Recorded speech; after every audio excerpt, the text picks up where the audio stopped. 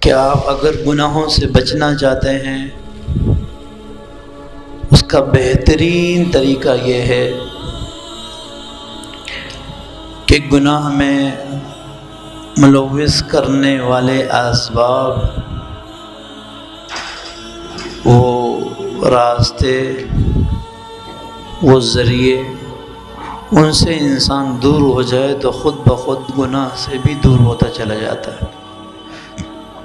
جب وہ اسباب کو ہی نہیں اپناتا تو وہ گناہ بھی نہیں کرے گا۔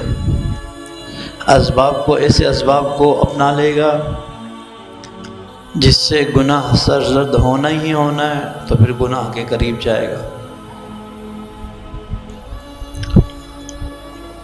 مثال کے طور پر اگر آپ کوئی ایسی چیز خریدتے ہیں، آپ نے سی ڈی لے لی، سفر میں جا رہے ہیں، آپ نے سی ڈی لے لی کہ سفر اچھا گزر جائے گا۔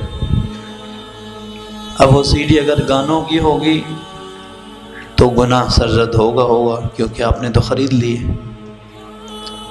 اگر آپ سی ڈی سے ہی دور رہیں گے، اس سے اجتناب کریں گے، تو خود بخود آپ گانے سننے سے بھی محفوظ رہیں گے۔ اس لیے جو ایسے اسباب ہیں کہ جن کی وجہ سے انسان گناہ میں ملوث ہو سکتا ہے، ان اسباب کو بھی چھوڑ دیا جائے۔